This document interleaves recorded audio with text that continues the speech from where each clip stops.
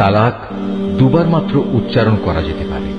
তৃতীয়বারের আগেই হয় সম্মান মর্যাদার সাথে তাকে ফিরিয়ে আনতে হবে, অথবা সহৃদয়তার সাথে তাকে চলে যেতে দেবে। তোমাদের জন্য এটা কোনো অবস্থায় ন্যায়সঙ্গত নয় যে বিয়ের আগে যা কিছু তোমরা তাদের দিয়েছ তা তাদের থেকে ফিরিয়ে নেবে। তবে আল্লাহর নির্দিষ্ট সীমারেখার ভেতরে থেকে স্বামী স্ত্রী একত্রে জীবন কাটাতে পারবে না এমন আশঙ্কা যদি দেখা দেয়, তখন আলাদা হয়ে যাওয়াটাই উত্তম। এমন অবস্থায় যদি তোমাদের ভয় হয় যে এরা আল্লাহর বিধানের গণ্ডির ভেতর থাকতে পারবে না, তাহলে স্ত্রী যদি স্বামীকে কিছু বিনিময় দেয় এবং তা দিয়ে বিচ্ছেদ ঘটিয়ে নেয়, তাহলে তাদের উভয়ের উপর এটা কোনো দূষণীয় বিষয় হবে না।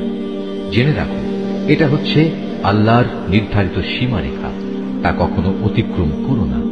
আর যারা আল্লাহর দেয়া সীমারেখা লঙ্ঘন করে তারা হচ্ছে সুস্পষ্ট জালেম। যদি সে তাকে তালাক দিয়েই দেয়, তাহলে তারপর এ স্ত্রী তার জন্য আর বৈধ হবে না। হ্যাঁ, যদি তাকে অপর কোনো স্বামী বিয়ে করে এবং নিয়ম মাফিক তাকে তালাক দেয় এবং পরবর্তী পর্যায়ে তারা যদি সত্যি মনে করে তারা এখন স্বামী স্ত্রীর অধিকার সম্পর্কে আল্লাহর সীমারেখা মেনে চলতে পারবে, তাহলে পুনরায় বিয়ে বন্ধনে ফিরে আসাতে তাদের উপর কোনো দোষ নেই। এটা হচ্ছে আল্লাহর বেঁধে দেয়া সীমারেখা। যারা এ সম্পর্কে অবগত আছে, আল্লাহ তাআলা তাদের জন্য এই নির্দেশ সুস্পষ্ট করে পেশ করে। যখন তোমরা স্ত্রীদের তালাক দাও এবং তারা যখন তাদের অপেক্ষার সময় ইদ্যত পূর্ণ করে নেয়, তখন হয় মর্যাদার সাথে তাদের ফিরিয়ে আনো, নতুবা ভালোভাবে তাদের বিদায় করে দাও। শুধু কষ্ট দেওয়ার উদ্দেশ্যে কখনো তাদের আটকে রেখো না। এতে তোমরা আল্লাহর নির্ধারিত সীমারেখাই লঙ্ঘন করবে। আর যে ব্যক্তি এমন কাজ করে সে প্রকারান্তরে নিজের উপরে জুলুম করে।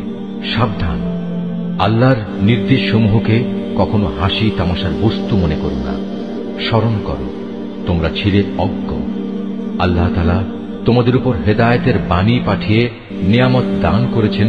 শুধু তাই নয়, তিনি তোমাদের জন্য জ্ঞান ও যুক্তিপূর্ণ কিতাব নাজিল করেছেন, যা তোমাদের দৈনন্দিন জীবনের নিয়ম কানুন বাতলে দেয়। অতএব তোমরা আল্লাহকে ভয় করো এবং জেনে রাখো, তিনি তোমাদের যাবতীয় কাজকর্ম সম্পর্কে সম্পূর্ণ ওয়াকিবহাল রয়েছেন। যখন তোমরা তোমাদের স্ত্রীদের তালাক দিয়ে দাও, অতঃপর তালাক প্রাপ্ত স্ত্রীরাও তাদের নির্ধারিত অপেক্ষার সময় ইদ্যত পালন শেষ করে নেয়, তখন তোমরা তাদের পছন্দ মতো স্বামীদের সাথে বিয়ের ব্যাপারে বাধা দিও না। যদি তারা বিয়ের জন্য সম্মানজনকভাবে কোনো ঐক্যমত্যে পৌঁছে থাকে, তোমাদের ভেতর যারা আল্লাহ তাআলা ও পরকালীন জীবনের উপর বিশ্বাস স্থাপন করে, তাদের এ আদেশই